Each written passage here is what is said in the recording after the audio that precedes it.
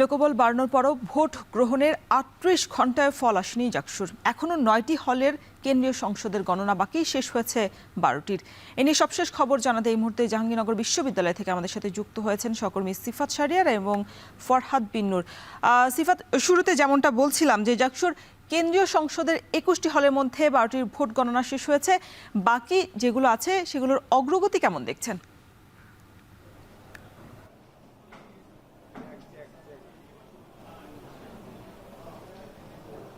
রওশন, আমাদের অপেক্ষার তৃতীয় সকাল। প্রথম দিন ছিল ১১ তারিখ, ভোট গ্রহণ কখন শুরু হবে সেই অপেক্ষা, পরদিন ফলাফলের অপেক্ষা, আজকেও ফলাফলের অপেক্ষা। তবে সময় যত যাচ্ছে তত যেন অপেক্ষার প্রহর কাটা কিংবা অপেক্ষা করা কষ্টসাধ্য হচ্ছে প্রার্থী এবং ভোটারদের। আমরা একটু দেখাতে চাই যে এখনো যে গণনা কাজ সেটি কিন্তু চলমান রয়েছে। আপনিও বলছিলেন যে ১২টির কাজ শেষ হয়েছে, আরও ৯টি বাকি। ঠিক এই ৯টির মধ্যে আবার হল সংসদ কিন্তু ৭টি শেষ হয়েছে। অর্থাৎ এই ৭টির যদি কেন্দ্রীয় সংসদের কাজ শেষ হয়ে যায়, অর্থাৎ গণনার কাজটি শেষ হয়ে যায়, সেক্ষেত্রে বলা যাবে ১৯টিরই কাজ শেষ হয়ে যাবে। এবং ২টি হল রয়েছে যেখানে হল সংসদ এবং কেন্দ্রীয় সংসদ কোনোটিরই কাজ শেষ হয়নি। আমরা যেটি দেখছি যে এখনো সেই ভোর হয়েছে, সকালে আমরা যেটি দেখছি নতুন হল শুরু হয়েছে, হলের গণনা। সেক্ষেত্রে নতুন রিটার্নিং কর্মকর্তা এবং তাদের সাথে পোলিং এজেন্টরা যারা রয়েছে প্রার্থীদের, তারা এখানে এসে উপস্থিত হয়েছেন এবং রাতভর এই কাজ চলমান ছিল। জাকসু নির্বাচন ২০২৫-এর এই যে অপেক্ষা, ৩৩ বছর পর নির্বাচনটি হয়েছে, এখন ফলাফলের জন্য যে অপেক্ষা সেটিও কিন্তু দীর্ঘতর হচ্ছে। আমরা সামনের যে পেপার ভর্তি যে ব্যালট বাক্সগুলো রয়েছে সেগুলোর সংখ্যা কমছে, এটি একটি আশার বিষয়। খালি হচ্ছে ধীরে ধীরে ব্যালট বাক্সগুলো এবং আমরা যেটি দেখছি সর্টিং করা শেষে তারপরেই সেগুলোকে গণনার কাজে নেওয়া হচ্ছে এবং গণনা করা হচ্ছে। এবং আমরা যেটি দেখছি প্রায় আপনিও বলছিলেন যে ৩৮ ঘন্টা পরও এখন পর্যন্ত ফলাফল আসেনি। তবে ফলাফল যেহেতু ম্যানুয়ালি গণনা করা হচ্ছে তার জন্যই বিলম্ব হচ্ছে। এখানকার যারা নির্বাচনী কর্মকর্তা রয়েছেন তারা নিরলসভাবে চেষ্টা করছেন। তবে বিলম্ব মূলত প্রথম দিন ১১ তারিখ নির্বাচন শেষ সময় ছিল ৫টায় বিকেল, কিন্তু সেটি দুই একটি হলে সেটি সন্ধ্যা ৭টা পর্যন্ত, বিশেষ করে জাতীয় কবি কাজী নজরুল ইসলাম হলে সন্ধ্যা ৭টা পর্যন্ত সেটি চলে। তাতে করে সেখানে ২ ঘন্টা বিলম্ব হয় এবং যেহেতু হলগুলোতে আলাদা করে ঘোষণা করা হয়নি, গণনা করা হয়নি, তাতে করে কেন্দ্রীয়ভাবে একসাথে করতে গিয়ে আসলে বিলম্ব হচ্ছে। আর তৃতীয়ত আমরা যেটি দেখেছি কাল, অর্থাৎ বিগত সকালের কথা বলছি, যে একজন শিক্ষিকা যিনি রিটার্নিং কর্মকর্তা ছিলেন, এই ঠিক এই সময় তিনি এখানে প্রবেশ করার সময় হঠাৎ তার মৃত্যুর কোলে ঢলে পড়েন তিনি। এবং এরপরেই কিন্তু কাজের ধীরগতি দেখা যায়, তার সহকর্মীদের মধ্যে বিক্ষোভ দেখা যায় এবং তাদের অনেকেই কাজ বন্ধ করে দেয়। তারপরে আসলে একেবারে বিকেল পর্যন্ত ঢিমে তালেই চলছিল।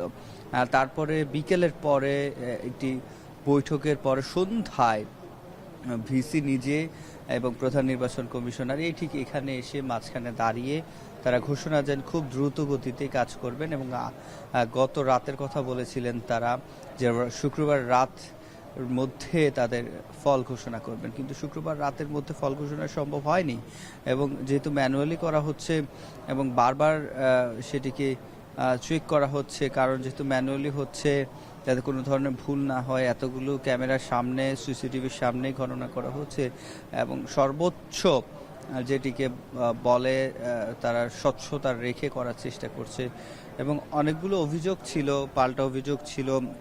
একজন কমিশনার যিনি পদত্যাগও করেছেন, এই বিষয় নিয়ে বিগত দিনে অর্থাৎ গতকাল বেশ উত্তপ্ত ছিল এই প্রাঙ্গণ। তারপরে রাতের দিকে আসলে কাজের গতি বাড়ে এবং সেই গতিটা কিন্তু এখন ভোরবেলাও আছে। তবে আজকেই সেই অপেক্ষার অবসান হওয়ার কথা। ৩৩ বছর পর জানা যাবে জাহাঙ্গীরনগর বিশ্ববিদ্যালয় কেন্দ্রীয় ছাত্র সংসদের কে নেতৃত্ব দেবেন, কে জিএস, কে ভিপি, কে এজিএস হবেন। তো সেটির জন্য আমাদেরও অপেক্ষা। এই ছিল আমার কাছে জাকসু নির্বাচনী ভবন থেকে সবশেষ। এবার আমরা একটু জাকসু নির্বাচনের প্রস্তুতি সবকিছু নিয়ে ভোট গণনার প্রার্থীদের উচ্ছ্বাস সবকিছু নিয়ে প্রার্থীদের উচ্ছ্বাস নিয়ে আমাদের সাথে বিস্তারিত জানাতে ফরহাদ বিন নূর যুক্ত হয়েছেন। ফরহাদ, জাকসু নির্বাচন নিয়ে প্রার্থীদের শুরু থেকে যেমন উচ্ছ্বাস উন্মাদনা ছিল, দীর্ঘ সময় পার হওয়ার পর তারা কি বলছেন, তাদের প্রতিক্রিয়া নিয়েছেন কিনা?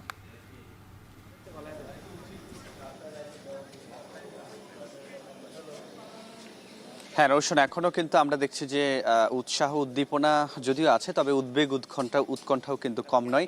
আমরা দেখেছি যে পুরো রাত জুড়ে বিভিন্ন প্যানেলের যারা প্রার্থী রয়েছেন তারা কিন্তু নানা রকম উদ্বেগ উৎকণ্ঠার কথা কিন্তু তারা জানিয়েছেন, যে তারা শঙ্কার কথা জানিয়েছেন যে এই যে দেরি হচ্ছে তারা সেটাকে ষড়যন্ত্রের জাল হিসেবে কিন্তু দেখেছেন। এবং রাতে আমরা দেখেছি যে একজন নির্বাচন কমিশনার যিনি দায়িত্বপ্রাপ্ত এবং যাকে বলা হচ্ছে তিনি বিএনপি পন্থী শিক্ষক হিসেবেও যিনি পরিচিত, তিনি যখন পদত্যাগ করলেন তখন কিন্তু বলা হচ্ছে যে এটি একরকম যুদ্ধের মাঠ থেকে শিক্ষার্থীদেরকে এবং যারা দায়িত্বপ্রাপ্ত অন্যান্য কলিগ রয়েছেন তাদেরকে ফেলে রেখে চলে যাওয়ার মতো একটি ব্যাপার কিন্তু বলেছেন। এবং আমরা দেখেছি যে পুরো রাত জুড়ে এখানে এই সিনেটের বাইরে বিভিন্ন শিক্ষার্থীরা ছিলেন উপস্থিত এবং প্রার্থীরা উপস্থিত ছিলেন। তারা আসলে প্রত্যেকেই এখন সকালের দিকে এখন তাদের উপস্থিতি কিছুটা কমেছে, হয়তো তারা বিশ্রামে গিয়েছেন, তবে সারা রাত জুড়ে আমরা এখানে দেখেছি শিক্ষার্থীরা ছিল। আমাদের সঙ্গে একজন প্রার্থী রয়েছেন এই মুহূর্তে, যিনি ইসলামী ছাত্র শিবির সমর্থিত প্যানেলের একজন প্রার্থী মাজহারুল ইসলাম। তার সঙ্গে আমরা একটু কথা বলবো। মাজহারুল ইসলাম, তিনিও আমরা দেখেছি এখানে পুরো রাত জুড়ে তিনি ছিলেন এবং আমরা তার সঙ্গে এই মুহূর্তে একটু কথা বলার চেষ্টা করব। আপনি কেমন আছেন একটু জানাবেন এবং একই সঙ্গে বলবেন যে পুরো রাত জুড়ে আপনারা এখানে ছিলেন, আপনাদের সমর্থকরা ছিল, সাধারণ শিক্ষার্থীরা এখানে ছিল, প্রত্যেকের চাওয়া আমরা দেখেছি যে ফলাফল নিয়ে আসলে তারা যাবে এবং কেউ ছাড়বে না। আমরা দেখেছি শিফটিং করে কেউ আপনারা বোধহয় এখানে এসেছেন গিয়েছেন। একটু বলবেন যে ফলাফলের 2টা রাত পার হয়ে গেছে, একটা দিন চলে গেছে, তারপরেও এখনো ফলাফল আসেনি। এখন কি আপনারা এখনো পর্যন্ত কোনো শঙ্কা প্রকাশ করছেন? যে আমরা নির্বাচনের রাত থেকে, গতকাল রাত এবং এর আগের রাত, নির্বাচনের রাত থেকে আমরা এখানে অবস্থান করছি। আমরা চেষ্টা করছি সর্বোচ্চ নির্বাচনী পরিবেশ যেন, ভোট গণনা পরিবেশ যেন সুষ্ঠু থাকে, প্রশাসনকে যেন সর্বোচ্চ সহায়তা করা যায়, নির্বাচন কমিশনকে। সে জায়গায় একটি দুর্ভাগ্যজনক ঘটনা যে আমাদের 2 দিন এই ভোট গণনা কার্যক্রম সম্পাদন করতে হয়েছে আমাদের নির্বাচন কমিশনারকে, যেটি আসলে ম্যানুয়ালি ভোট গণনা করার কারণে।